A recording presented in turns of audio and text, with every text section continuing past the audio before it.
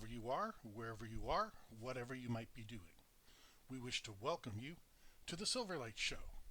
The Silverlight shines to illuminate that which lies hidden in darkness. For those of you tuning in today, we welcome you in. As some of you know, law, justice, and society are some of my passions. And I began to look up what people with felonies and, serious criminal issues can do after prison.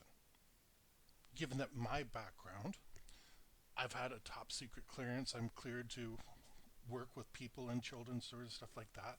I started wondering exactly how difficult is it for these people, reformed or not, to get a productive job, because that's one of the things they want.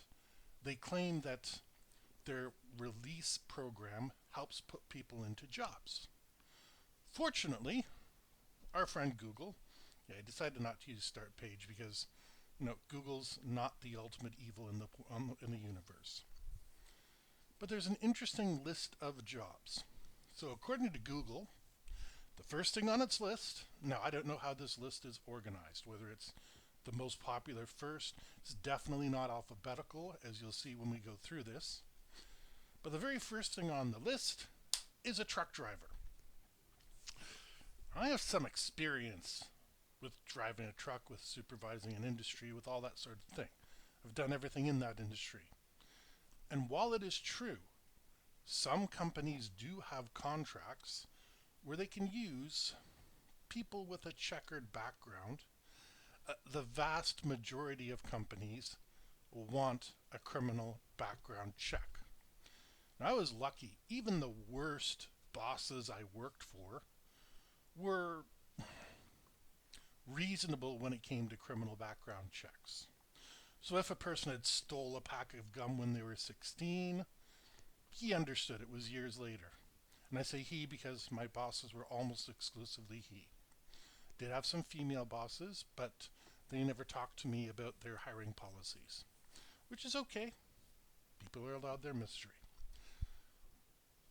But if there was something like stealing from company funds, embezzlement, stuff like that, yeah, you're not getting into truck driving. And of course, DUIs, stuff like that, they definitely keep note of that. So truck driver, and for a reformed prisoner, again, let's assume this person is reformed. Let's just kind of sweep that one along. It's a possibility if you know the right people, if you get in the right company, it's a possibility. Electrician. Okay, I can see this. You're probably going to be working as an independent contractor because, again, companies that are going to come in and do real electrical work are bonded. And if you have a bond, you can't be out on a bond. Yes, there's multiple uses of the term bond. So, my other question is, how do they get the training? It's not like the old days where if you walked up to a site, you said, I'm an electrician, they'd start you off at a junior position. If you were good enough, they'd move you to if you start off as an apprentice, they move you to a junior, etc., etc. These days, you have to have some sort of certification. That way they know that you're not going to be hooking the light fixture into the three-phase stove that's downstairs. They want to see you have something. And I'm sure technical trade certification is possible while you're in prison. So again, list as a possibility. Construction laborer. I'm not going to say too much about this. It's an honest living, but darn, it's hard. Some people get incarcerated when they're young, and when they get out, they're still in their prime years. But a lot of people coming out, they're on the back half of their life. They're heading towards the back end of the 18-hole course and doing a lot of construction. I'm going to take myself as an example. And how am I going to say it? I'm somewhere in my 40s and 50s. I can't remember if I said my age here before, but that would I've done construction jobs again when I was younger. The last big one I did was when I was in my 30s. The company I was working with was putting in a new store to a new mall. And they found out I had construction experience, and oh, we have this open, it'll pay more money, be better hours. It was never better hours. But that was me. But I'm somebody with no criminal record, and actually, I have some experience in construction labor, which is why at the end of the project, they'd annoyed all their foremen, and I was a temporary foreman. As far as um, a person coming out of prison, it's backbreaking work. Like, you can do it, don't get me wrong. But that would be one of the things that I would suspect would lead into that slow backslide into drugs, alcohol, and just because of the pain. When I was working, again, I wasn't responsible. I was technically the leader, but I had zero responsibility. Couldn't hire, couldn't fire. And I know two of the guys were going off every single lunch break and smoking up what I believe to be marijuana. However, I never asked. Better not to know certain things if you know what I mean. So, for a prisoner who has just come out of a controlled environment and is maybe not young, it's not very fun work. And it could indeed exacerbate an injury. And a lot of these construction laborers, the day laborers, they pay cash.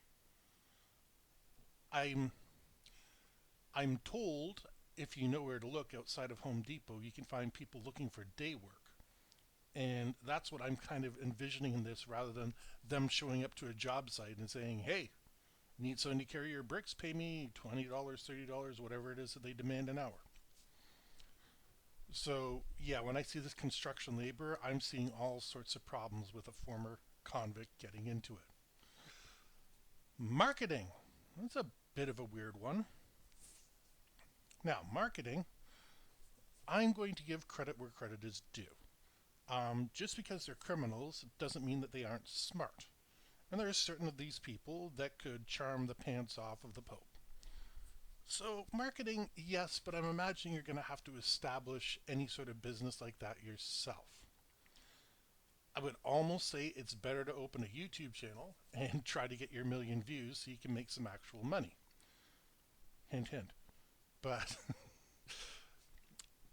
again, it's an option for those white collar criminals. Marketing would be a good idea.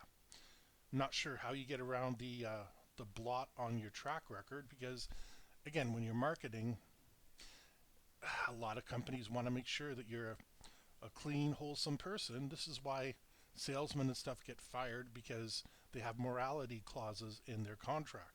This is still a real thing in 2024, morality clause. Like, if I'm drinking at the local massage parlor and paying extra for the M. Night Shyamalan ending, it's probably not going to look good. And somebody who is a felon, marketing is a slimy world if you get into it. So they might be good at it, but it's not good to rehabilitate them. Plumber. Same issue with the construction laborers. I don't know if you've ever done plumbing, but if you ever get into it, a lot of it is in really tight enclosed spaces, and you really have to have some skill to put anything together. And you're on your knees, you're bending your back and stuff like that. Young man's game. I know a very talented plumber who quit, no criminal record. He quit plumbing even though he was making more money, and he drove a truck instead because his back simply couldn't take it. And again, injuries leads to the idea of, oh, I'll just take this and it'll make me feel better, whether it be drugs, alcohol, whatever it takes. Not ideal for somebody that you're trying to get reformed and on the path to prosperity and freedom. Delivery associate. I don't really know what a delivery associate is, so I'm going to assume, Uber, all those, what do you call them, delivery apps and stuff, DoorDash, stuff like that. I'm assuming that's what it means. This is fantastic, but you want to, again, about dealing with somebody who needs to be bondable, who needs to be trusted. And I've had food go missing, and there were seconds between when it delivered and I picked it up.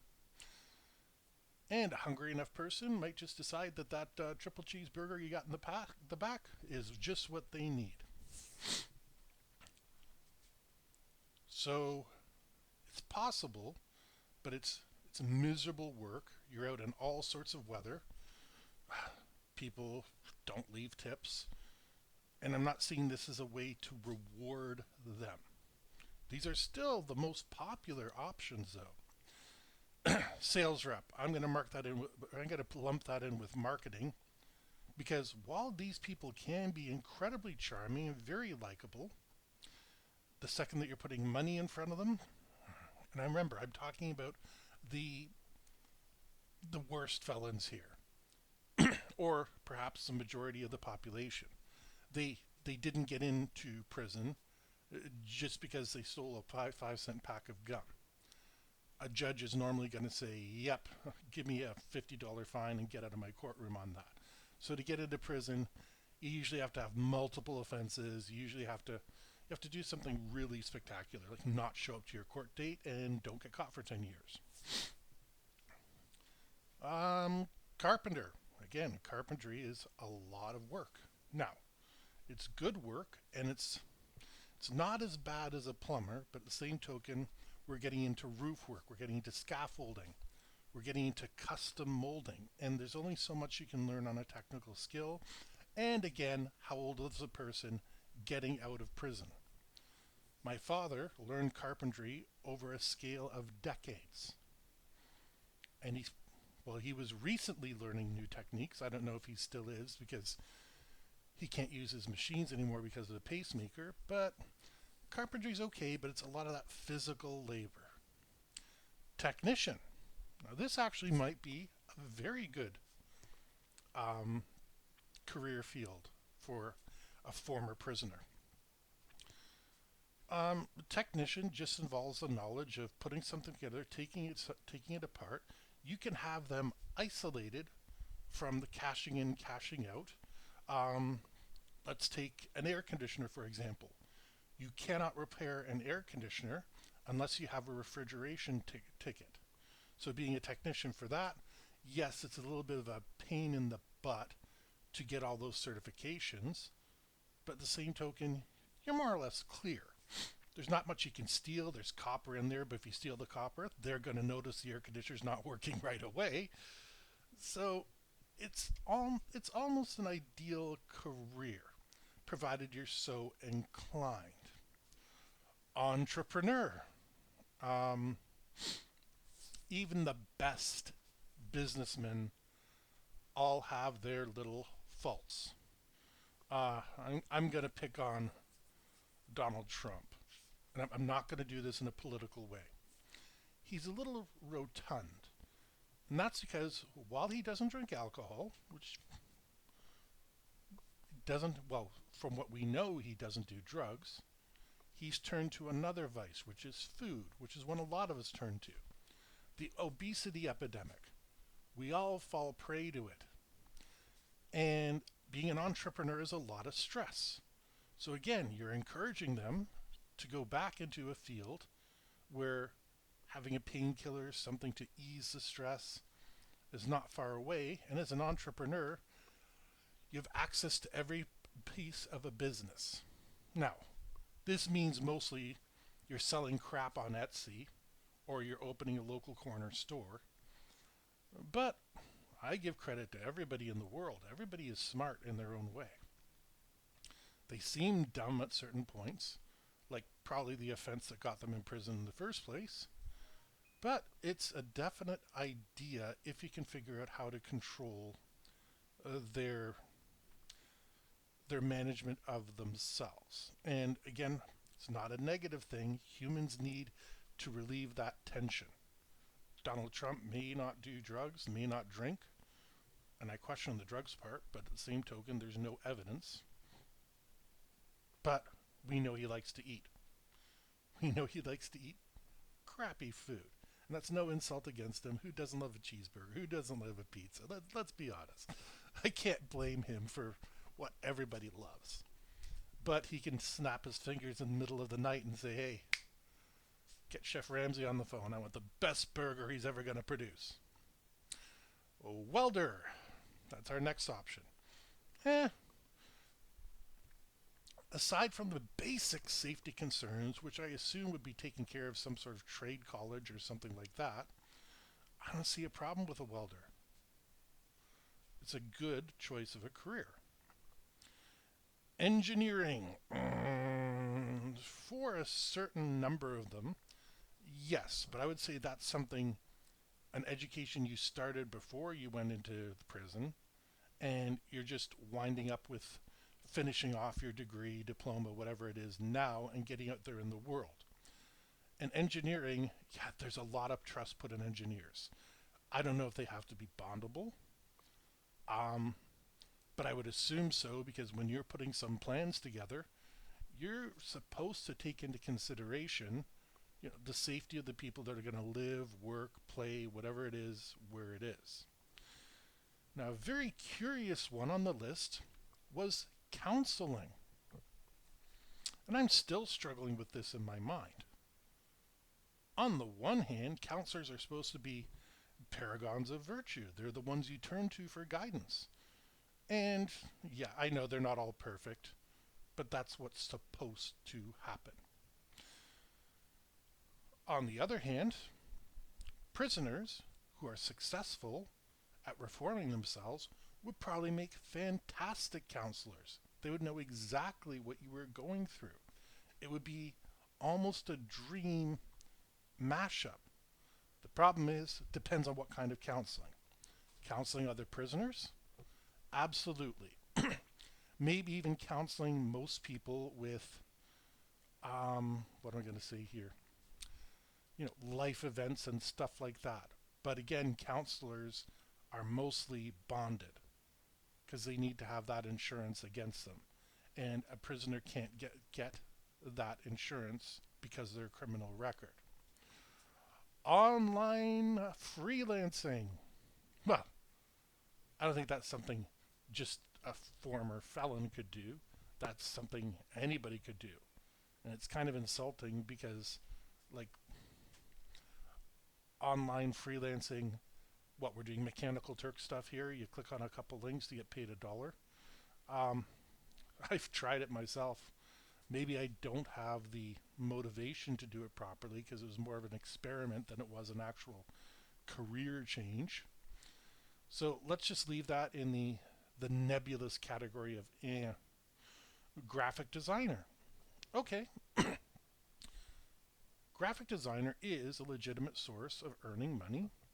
It can be very enjoyable. It's an outlet for creativity.